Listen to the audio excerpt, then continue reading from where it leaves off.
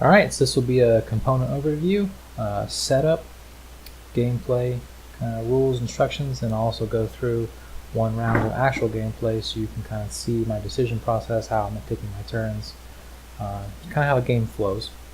So it has one game board that actually has the places that exist in this Presentville, as well as its recent history, its timeline, which kind of circles around. So your future is also your distant past. There's some spaces here where cards can be invested. I'll go over that later. There's also a small goal board. This kind of goes as far as showing what your current goal is for the round. There are 3 rounds in the game, and keep that up here for now. The game flow is controlled by these black paste tokens. There are 12, regardless of player count. And each round gets 4 of these. Start here.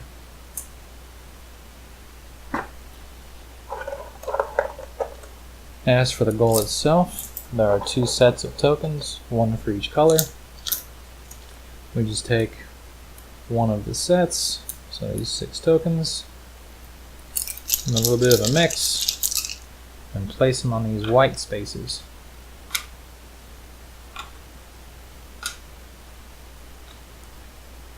Okay, for these last 2 spaces, we're going to look at the first color here, so blue, and get the next 2 colors, so green and yellow.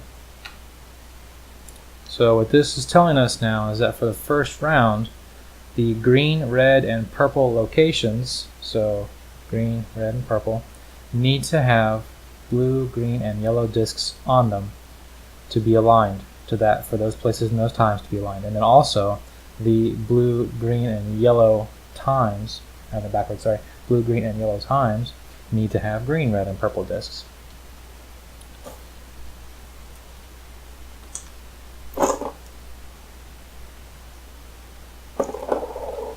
Alright, so let's go ahead and get those discs placed out. These first 2, I'm just going to pull 2 first,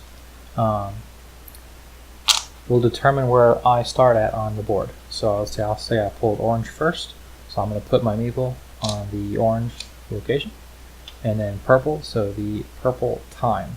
So this is where I exist in this city and when I exist. Alright, let's continue filling the board. As I'm filling these, no space can have the same disc twice. So I'm going to go ahead and move forward to the next space, and so on, until each space has 3 unique discs.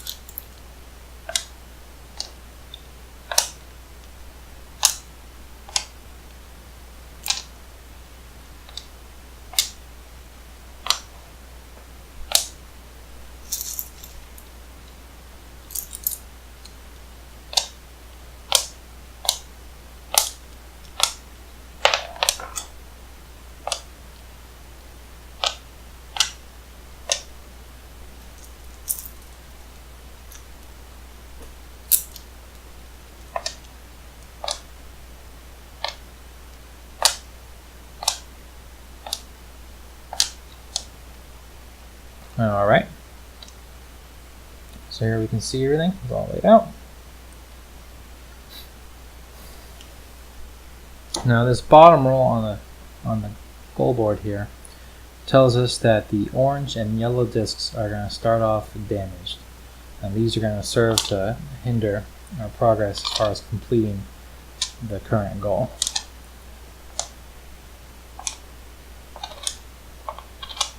So I'm just going to turn all these over. Now in the first round of the game, there will always be exactly 12 discs that are damaged. There are 6 of each color that get placed out. Let's set these out of the way. In addition to the 6 of each color on the board, there's also an additional 3 that we keep aside as a pool of tokens. And these can be used during the round, and these are a hard limit. If these were to run out, I will not be able to get more. I can only work with what exists in this pool.